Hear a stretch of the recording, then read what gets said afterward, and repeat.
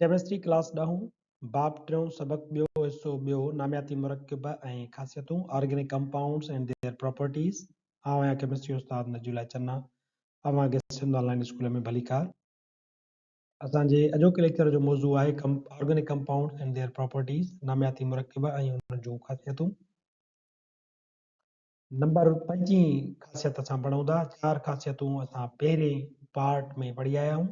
हाणे organic compound जी ख़ासियतुनि जो पार्ट ॿियो आहे। 25 ख़ासियत खां शुरू कयूं था। इलेक्ट्रिकल कंडक्टिविटी, बिजलीअ जो पसरणु।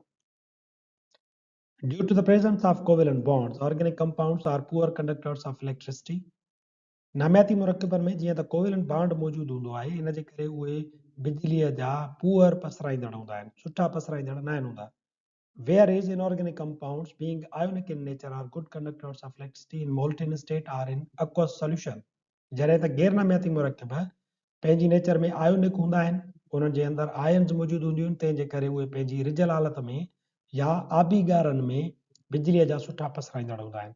तव्हां जेकॾहिं को बि आयोनिक कंपाउंड खणो रिजल हालत में ऐं उन में तव्हां एनोड ऐं कैथोड रखो, यानी के बि मेटलिक रॉड्स रखो ऐं उन्हनि खे तव्हां बैटरी सां ॻंढियो, त उहे तव्हांजा जेके मुरक्किब आहिनि उहे बिजली जे करंट खे पसराईंदा।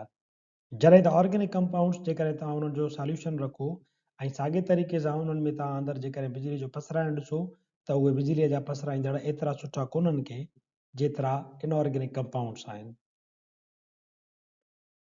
नंबर 6 ख़ासियत आहे मेल्टिंग एंड बॉइलिंग पॉइंट्स, रिझण ऐं टहिकण जा दर्जा। Generally, organic compounds have low melting and boiling points and are volatile in nature.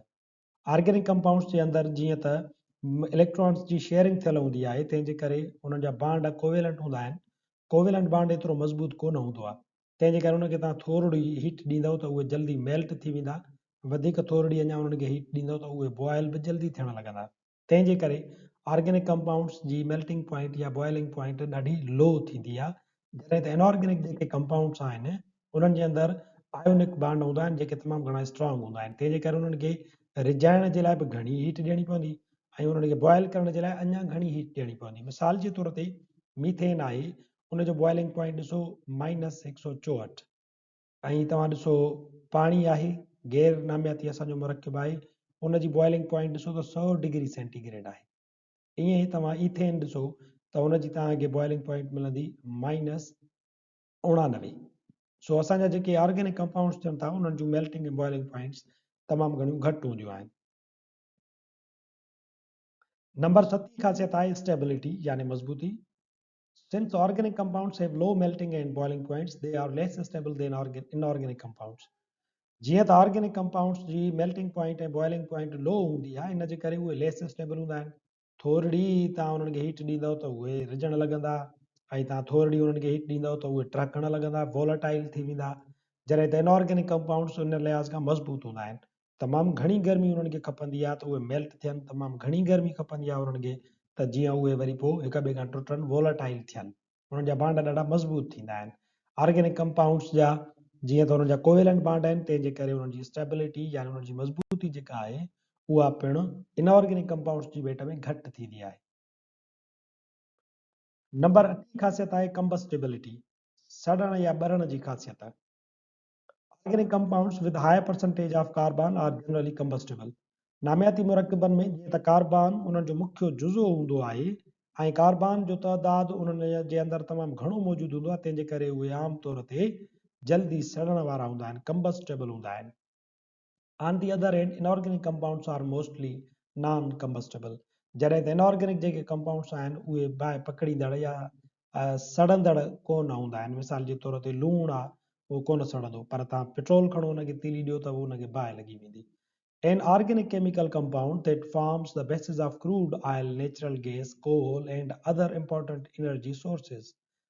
Hydrocarbon जी वसपई तव्हांखे इहा मिलंदी त इहो हिकिड़ो अहिड़ो ऑर्गेनिक कंपाउंड आहे जेको क्रूड ऑयल या नेचुरल जेका कुदरती गैस थिए थी, कोल आहे, अहिड़ा जेके ॿिया एनर्जी जा ज़रिया आहिनि उन्हनि जो बुनियादु ठाहींदड़ हाइड्रोकार्बन मुरक्किब हूंदो आहे।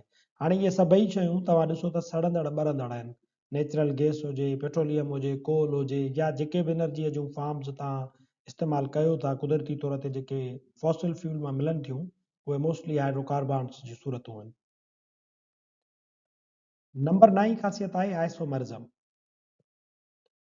A main characteristic of organic compounds which differentiate them from inorganic substances is their tendency to exhibit the phenomenon of isomerism. Isomerism is rare in inorganic substance. Isomerism नामियाती ऐं गैर नामियाती मुरकबनि विच में आम फ़र्क़ वारी ख़ासियत हूंदी आहे. आइसोमर्स अहिड़ा मुरकब हूंदा आहिनि जिन जा मालिक्यूलर फार्मूला त साॻिया हूंदा आहिनि पर उन्हनि जा स्ट्रक्चरल फार्मूला मुख़्तलिफ़ थींदा आहिनि. मिसाल जे तौर ते आइसोमर्स ऑफ पेंटेन ॾिसो त उनखे तव्हांखे पेंटेन जा 3 आइसोमर्स मिली वेंदा, यानी उन्हनि जो मालिक्यूलर फार्मूलो साॻियो हूंदो, उन्हनि में कार्बन ऐं हाइड्रोजन जो तइदादु साॻियो हूंदो, पर उन्हनि जी स्ट्रक्चर चेंज हूंदी, उन्हनि जी जेका बीहक आहे त कहिड़े तरीक़े सां पाण में ॻंढियल आहिनि उहा चेंज हूंदी. मिसाल जे तौर ते नॉर्मल पेंटेन आहे तव्हांखे हिकिड़े ओपन चेन में मिलंदो. नियो पेंटेन आहे उन में तव्हां ॾिसो त कार्बन कार्बन सां बि पाण में ॻंढियल आहिनि, हिते रुगो कार्बन कार्बन सां ॻंढियल आहे पर चौधारी हाइड्रोजन आहिनि. हिते कार्बन कार्बन हिकिड़ी 3 कार्बन आहिनि, हिकिड़ी कार्बन सेंट्रल ते आहे, उनजे चौधारी जेके आहिनि सो 4 कार्बन मौजूदु आहिनि. हिते ॾिसो त हर कार्बन ॿी कार्बन सां ॻंढी पई आहे. ईअं आइसोपेंटेन तव्हां ॾिसो त वरी ब्रांच चेन में तव्हांखे मिलंदी 4 कार्बन गॾु आहिनि त हिकिड़ी कार्बन हुन में ब्रांच जी सूरत में ॻंढियल आहे.